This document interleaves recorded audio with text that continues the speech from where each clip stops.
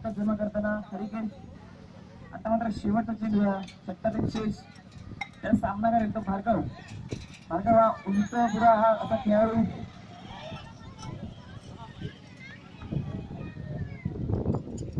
थोडस फिल्डिंग मध्ये चेंज करताना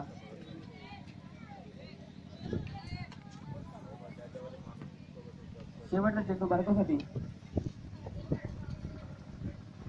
हा मात्र सुंदर फटका झेल होतो तिथं आणि हा सुंदर